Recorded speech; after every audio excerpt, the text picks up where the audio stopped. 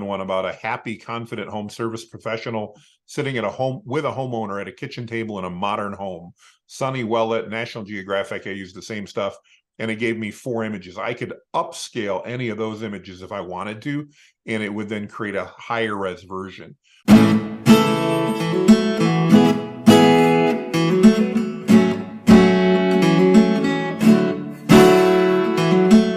For those of you guys who've never played around with Midjourney, it is a Discord server. It's like an old school like chat room server where you can type in a prompt and then you wait anywhere from like 10 to 60 seconds and it'll spit out images of whatever you suggested to. So like you can create original images for really whatever you can imagine. Art, logos, like you can tell it to make logos if you want. We were actually playing around the other day just like for a local project we're working on with a friend, and they were like, what do we need for logos and how much designers? I was like, designers, let's just put that into Midjourney. We'll have a logo in 15 seconds. Show me a couple you like and I'll come up with a prompt and we'll have it done just like that. So I'm going to create something that's totally irrelevant, but it'll be fun. So I just put in here lion in a forest of trees that are on fire. And then I'm going to go ahead and add in a couple of prompts. I've learned that when you're doing Midjourney, one of the most important things you can do is not give it too much. And I've seen some of these prompts that are like paragraphs long. Midjourney will get somewhat confused. So I'm just going to try something really off the top. Lion in a forest with trees on fire. National Geographic. We've all seen National Geographic, so use a National Geographic style. Professional color grading, soft shadows, no contrast, clean, sharp focus, cinematic photography, and please make it a aspect ratio of 3:2. So it's going to take a second. Of course, while we're on it, it'll always be slow because we're doing a call and showing it.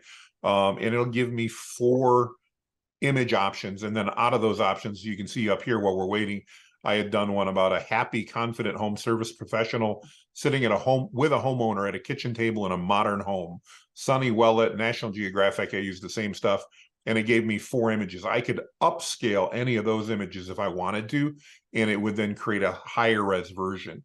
And while I'm not an attorney, from what I've read from Midjourney and everybody else, if I'm on a paid plan, I can use these images commercially. So keeping in mind again that I'm not the attorney, but based on that. So let's take a look. So here's our images. If you guys have never used this, you can suggest styles, like if you want it like in Picasso art style or whatever. If you want it like water, like you can suggest, you can hyper real. Like I've seen a lot of it. You'll learn if you just go on there. If you just go into groups and watch other people making image requests in front of you, you'll learn things about what you can potentially use it for.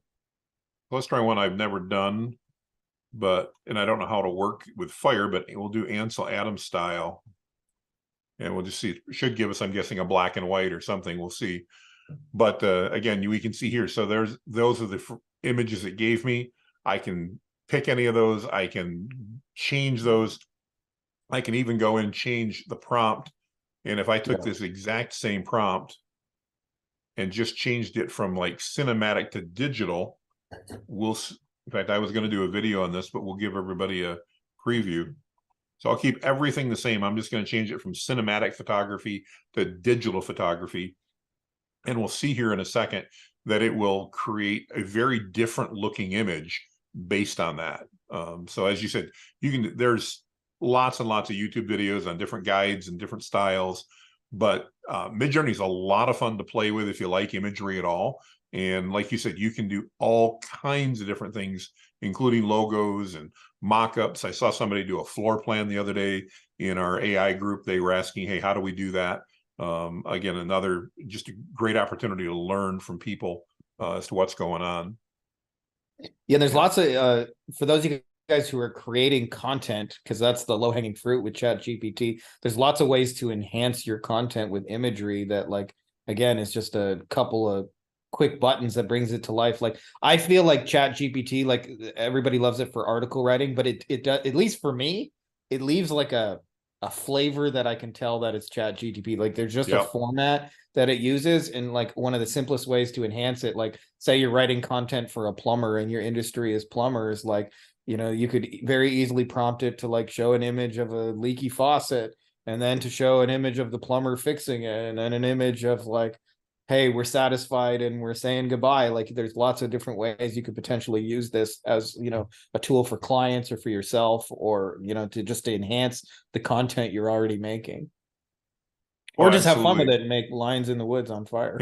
Well, just as weird. I happened to watch a video. They did a wolf on the beach. So I'm like, okay, don't do wolf on beach because you just watched that video, Jonathan. But lion in the forest, okay. Not, and again, not realistic, but something of interest. Obviously, it can take longer sometimes to do stuff, as we're seeing here. But the cool thing I wanted to mention that, this can do, if you're doing video content, and I know, we've probably got some agency owners watching here that are doing video content, and you're trying to come up with great YouTube thumbnails, Midjourney will do that. You can specify what you're looking for. The only thing I find it doesn't do well is it doesn't put text on things. So, don't put the text on, bring it into Photoshop or Canva or whatever you're using to put the text on. But, define the image you want, tell you want it offset so you've got room for the text. It'll create all of that for you, and you can have totally unique and engaging YouTube thumbnails. And if you're into the video stuff at all, that's a huge part of getting those views, is having a thumbnail that draws people in. Yeah. And I would say for us personally, like in our agency over the last 3 months or so, our ability to produce like contents has improved. Like one of the things I was struggling with, I remember this is a thing that just happens. There's a name for it called scope creep, and we all deal with it to a certain extent, where a client asks you, hey, I don't have anybody who knows how to do this. Can you help me with that? And it's not really what you signed up for, but you do what you want to do to keep your clients happy. And there's always like a line between like, don't take on work that's going to ultimately get you fired if that's not your core competency. But yeah, like I want to be valuable. In this case, the client had like 100 videos he had recorded over the year, and he wanted to get them put into YouTube.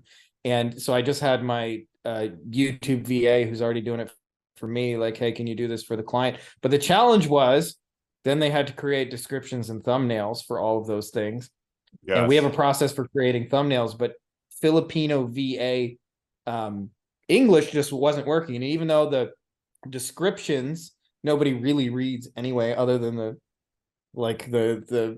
YouTube algorithm for the most part, unless you tell people there's something in the description. But the client was unhappy because he's like, this just reads like broken English and makes my law firm, in his opinion, look unprofessional. It was like a challenge of like, how do I get this? And then right in there, Chat GPT came out, and then we had it write all the descriptions for us. And he's like, these are much better. And I'm like, we didn't really write a word of them. I just gave the virtual assistant a prompt and then like 3 words to put in, like, please write a 500-word SEO optimized description about blank topic. And then you just got to put in the blank and then the thumbnails, and then the client was super happy. So like, there's just one example of what Jonathan's talking about.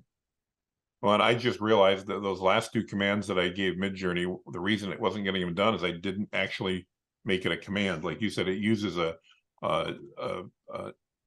interface through Discord. And if you don't type in imagine, it doesn't take it as a prompt. So I'm sitting here watching in the background while we're talking, going, why is it not done? And I'm like, oh, you forgot to tell it what to do. So the interesting thing about that, bringing kind of full circle, I know a lot of us on the call probably do use ChatGPT to create content. And I'll go ahead and share the screen while this is working so we can talk about it. But I know we're using it to create content on occasion. You can have ChatGPT, and maybe we can show this prompt, but give you a series of ideas. I want to have a topic. I want you to recommend a catchy blog title, and I want you to write a Midjourney prompt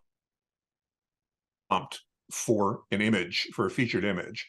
Put this all on a table in column 1, 2, and 3, and it'll go ahead and do that for a blog post, for social media, for anything like that. And a great way to then be able to hand that off to a VA and be able to compare what's happening. So yeah, and then they get to be able to put out like top quality work, and it took them all of 30 seconds to be able to do it.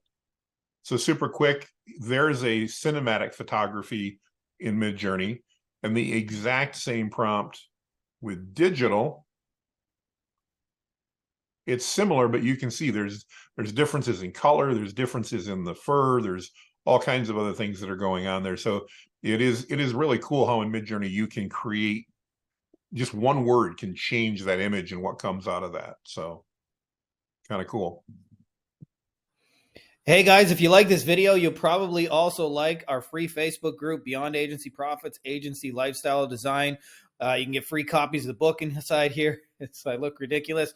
We're doing weekly Q&As, giving answers to all your questions. Some of the best, smartest, brightest people. We've got lots of industry leaders doing 7, 8 figures and beyond. It's a literal who's who of the brightest agency owners that I know, as well as lots of tips on scaling and stuff, books that work. So if you're not already part of it, you're going to want to be part of it. So make sure to click the link. I put it in the description of the video as well as in the pinned top comment below. So just scroll down and you can join, and it's totally free.